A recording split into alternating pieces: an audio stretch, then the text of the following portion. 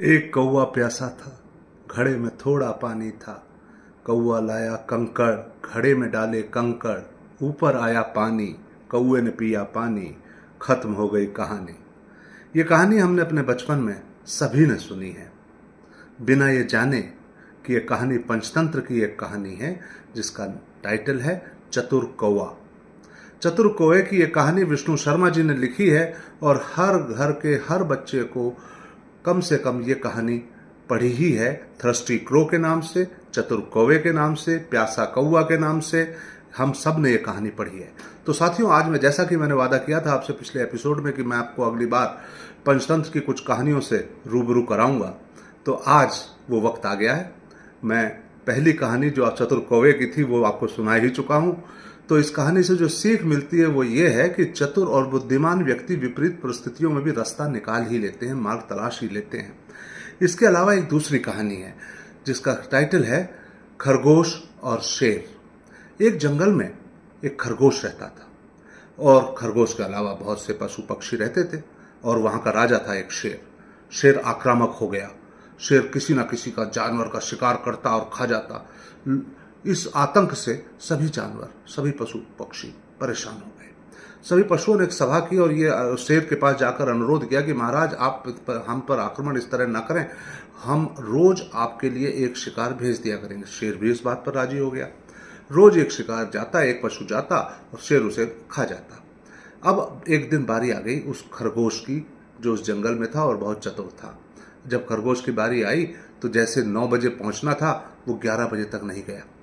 11 बजे के करीब जब वो गया तो शेर गुस्से में आ गया, फूका था, खूंखार हो उठा। उसने कहा, तुम इतनी देर में आए हो, एक तो इतने छोटे जीव हो, मेरा पेट तक पूरा नहीं भरेगा। उसने कहा, महाराज मैं तो आ ही रहा था, लेकिन रास्ते में एक जंगल में एक दूसरा शेर भी आ गया है। वो मुझे हड़पने लगा, मुझे झपट्टा मारने लगा और मैं किसी तरह से बड़ी मुश्किल से जान बचाकर आप तक आया हूं। शेर गुस्से में आ गया, कौन शेर? दूसरा। बोला, महाराज है दूसरा शेर आया हुआ है। बोला, चलो मुझे दिखाओ कहाँ है। वो खरगोश शेर को लेकर एक कुएं के पास चला गया। कुएं में उसने कहा, महाराज इसके अंदर है।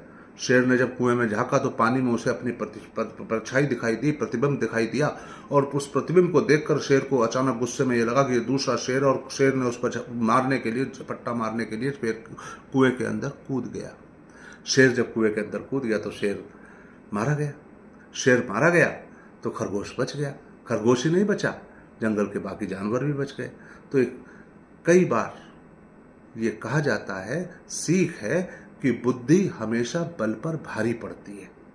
ये इस कहानी से सीख मिली। तीसरी एक और मजेदार कहानी है जो दोस्ती के ऊपर है।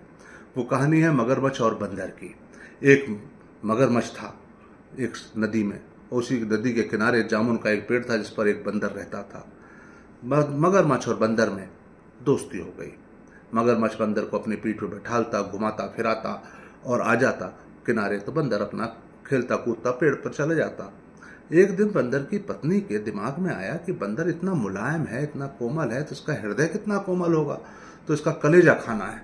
तो उसने मजबूर कर दिया मगरमच्छ को कि मुझे आपके दोस्त का कलेजा खाना है।